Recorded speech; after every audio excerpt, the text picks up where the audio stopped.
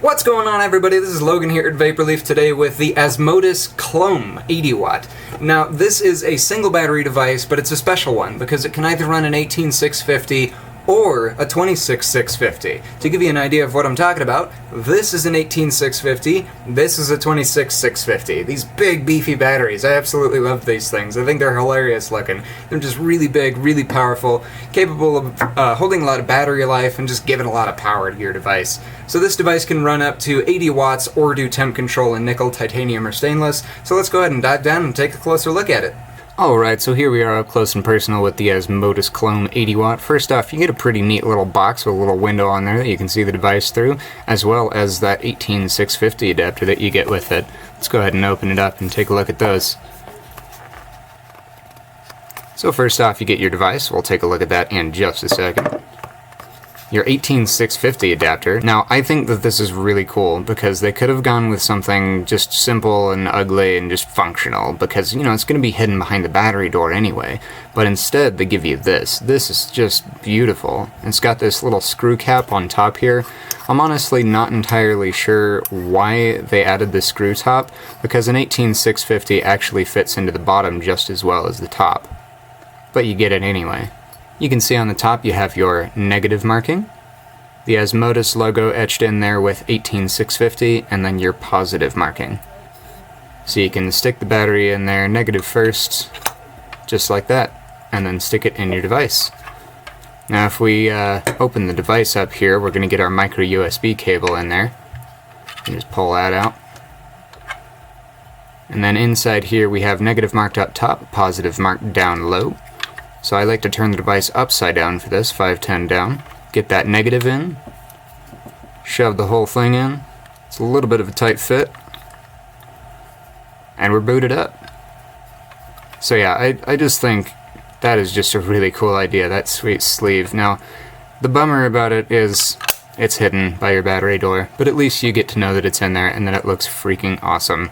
Now moving back to the box for a second, if you take that foam out of there, you do, of course, get your user manual, which is pretty helpful for this device, as well as a little bit of battery warning and your warranty card. Now on to the important bit, the device itself. First thing I notice is this mirrored finish on the screen here. Now, I have to say, I don't really like mirrored finishes on devices, because yeah, it looks cool to start with, and you might be able to see there's a little bit of a bubble up here, so there is actually a screen protector on there to keep it lasting longer, but mirror finishes are anything but durable. I've had motorcycle face shields with a mirrored finish that wears out after a couple months, sunglasses that do the same thing, as well as actually other devices where I'm rubbing my thumb around here all the time and that mirror coating is getting rubbed off. So I'm not a huge fan of that, but hey, you know what, it looks cool. You also get these nice shiny buttons here. They are just plastic, but as far as I can tell, they're plastic at least, but they do still feel really nice, really clicky. You got this really slick little micro USB port here, just tucked right into the bottom there. So one thing I like about that is you can still have your device standing up while it's charging. And on the bottom here, you do get plenty of venting for your battery and board. Up top, you've got this nice little 510 connection. I really like the way that ASMODUS does 510 connections. They use stainless steel threads. They give the pin some spring loading, which makes it a lot more durable. And then you've got this nice big magnetic battery door here with the ASMODUS logo on it. And we can just pull that straight off of there. You can see a couple magnets holding it in place. You've got your negative connection up top, which is the spring-loaded side. Positive connection down low with even more venting there. That's what I like to see. And then a picture of your battery with negative and positive, as well as a ribbon to help you get everything out once it's in.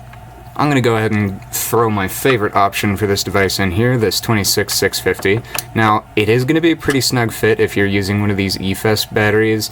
They tend to be a little bit larger than some other ones, so what you want to do is just barely tuck that negative side in under that spring-loaded connection there, because if you go straight in, it's just going to jam against it. So just get the corner on there, push the positive in, and then you should be able to just slide the whole thing in place. It might need a little bit of coaxing. The other side is make sure you get that ribbon in there. It's going to be pretty hard to get out if you don't have that ribbon under there. Then go ahead and toss that magnetic battery door on there. and we can do 5 clicks to turn it on. Of course, it's then going to be 5 clicks to turn it back off, as is standard with basically any device these days. We're going to boot straight up into 70 watts in power mode. As I mentioned before, we can go all the way up to 80 watts and all the way down to 5 watts. Now, instead of doing those 3 clicks on the fire button like pretty much any other device these days, we're just going to hold the up and down buttons together until we get into this little menu here. We get power, titanium, stainless, and nickel. So power is obviously going to be wattage, and these 3 are going to be your temp control settings. So since we already showed you power, let's take a look at temp control. So we've got our wattage up top, our temperature down low, our resistance on the top there, our voltage in the middle, which material we're running, and then our battery life all the way on the bottom there. Now, you can see if I just tap up and down here, I'm only changing the wattage. So how do I change the temperature? Well, we go back to the up and down buttons and just tap them this time. So then that's going to start the temperature flashing, and then you can adjust up and down. It's going to be 212 to 572 degrees Fahrenheit. Now to get back to the wattage adjustment, we're going to go back and press that up and down at the same time, but I actually like to go down 1 and then just press the up button slightly before the down button so that it changes back to where I want it, instead of just, accidentally changing the settings as we go through them. But it's as easy as that, setting your wattage and temperature.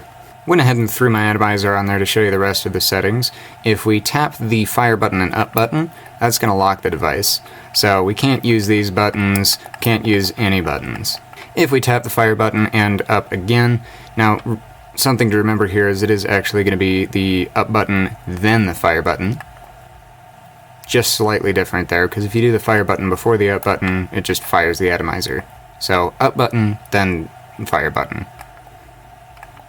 Now to set the resistance, this is actually a pretty cool part of this device. You're going to tap the down button and the fire button, so down first, then fire button, just like with locking.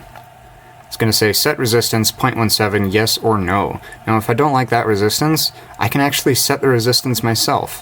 How cool is that? That's really sweet. I'm going to leave it at 0.17 though, because that's actually basically exactly where I want it. But this isn't even a temperature control coil, so I'm going to go ahead and hold it up and down, and then bring it back to power mode. We're going to run it at 80 watts, see what it does with this atomizer. One more neat little feature about this device before we move on is when you turn the device off, which is of course those 5 clicks, it actually gives you the chip that it uses. But yeah, so now that we have it all set up, let's go ahead and bring it up top and see how it vapes. Alright guys, so something I'd like to mention before we start vaping on this is it's surprisingly light. Like, this is a pretty heavy body, pretty heavy battery, and the atomizer isn't the lightest thing in the world either, and I gotta say, it's not nearly as heavy as I expected it to be. I mean, it's still got some weight to it. But anyway, let's see how it vapes. Ooh, yeah. Yeah, that's a good 80 watts. That's nice. You know what? Just for fun, I'm gonna throw that 18650 in here, and see if it works just as well. Man, I love the way that looks. That's so cool. I wish you could just leave the battery door off. Alright, same coils, same settings, 0.17 atomizer at 80 watts, but with the 18650 this time instead of the 26650. Let's see what happens.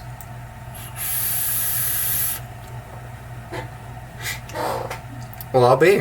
I actually didn't expect that to work that well. That was exactly the same. Of course, the difference that you would get between the 26650 and the 18650 is battery life at that point. I expect the, oh yeah, boy. I don't know if you guys can see that, but how much battery sag that gets? That almost goes to empty at 80 watts with the single 18650. Does a lot better than that with the 26650, but it's still kind of pushing it.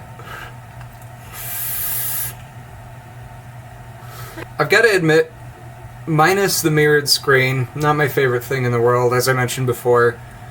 I like pretty much everything about this device. I like the way it feels in my hand, I like the way they did the micro USB port, I like the way that it looks, I like the venting, I like the 510 connection, and I like how simple the settings are too. Honestly, like, who actually uses TCR mode? If you do, no offense, but I've never met anybody that uses TCR mode, and I work at a vape shop.